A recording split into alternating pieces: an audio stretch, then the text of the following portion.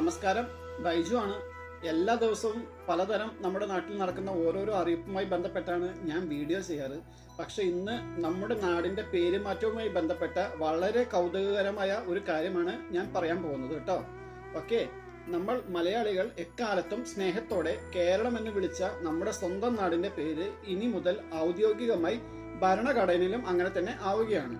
English മട്ടിലുള്ള Kerala എന്ന പഴയ പേരിന് വിരാമമിട്ട് നമ്മുടെ മലയാളത്തനിമ വിളിച്ചോതുന്ന കേരളം എന്ന പേര് ഉത്രാട ദിനമായ ഇന്ന് ഔദ്യോഗികമായി പ്രാബല്യത്തിൽ വന്നിരിക്കുകയാണ്.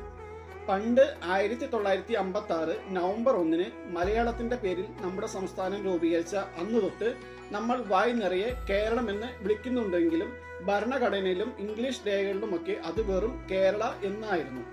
ഈ പോരായ്മ തീർക്കാനും നമ്മുടെ മലയാളത്തനിമയും സാംസ്കാരിക വ്യക്തിത്വവും ലോകത്തിന് മുന്നിൽ അതുപോലെ തന്നെ നിലനിർത്താനുമാണ് ഇപ്പോൾ ഈ മാറ്റം കൊണ്ട് ഉദ്ദേശിച്ചിരിക്കുന്നത്. നമ്മുടെ മാതൃഭാഷയോടുള്ള സ്നേഹം കൊണ്ട് 2024 ജൂണിൽ കേരള നിയമസഭ ഒറ്റക്കെട്ടായി ഒരു പ്രമേയം പാസാക്കി കേന്ദ്രത്തിന് അയച്ചിരുന്നു. അതിനുശേഷം ഈ ബില്ല് ലോകസഭയും രാജ്യസഭയും പാസാക്കി. ഒടുവിൽ രാഷ്ട്രപതി ദ്രൗപദി മുർമു കൂടി പച്ചക്കൊടി കാട്ടിയതോടെ സംഗതി ഔദ്യോഗികമായി നിയമമായി മാറിയിരിക്കുകയാണ്.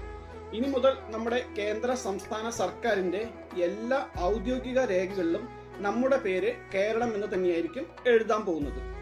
നമ്മുടെ നാടിന്റെ പേര് സ്വന്തം ഭാഷയുടെ ഉച്ചാരണത്തോട് നീതി പുലർത്തിക്കൊണ്ട് ലോകവേദികളിലേക്കും തല ഉയർത്തിപ്പിടിച്ച് എത്തിയിരിക്കുകയാണ്.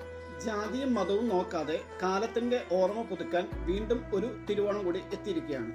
പൂക്കളവും ഓണസദ്യയും മാവേലി തമ്പുരാന്റെ വരവും ഒക്കെയായി എല്ലാവരുടെയും വീടുകളിൽ സന്തോഷവും ഐശ്വര്യവും നിറയട്ടെ എന്ന് ഹൃദയപൂർവ്വം ആശംസിക്കുന്നു. ഏവർക്കും എൻ്റെ വക സ്നേഹം നിറഞ്ഞ തിരുവോണ ആശംസകൾ. അപ്പോൾ നമുക്ക് മറ്റൊരു വീഡിയോയുമായി പിന്നീട് കാണാം. നന്ദി, നമസ്കാരം.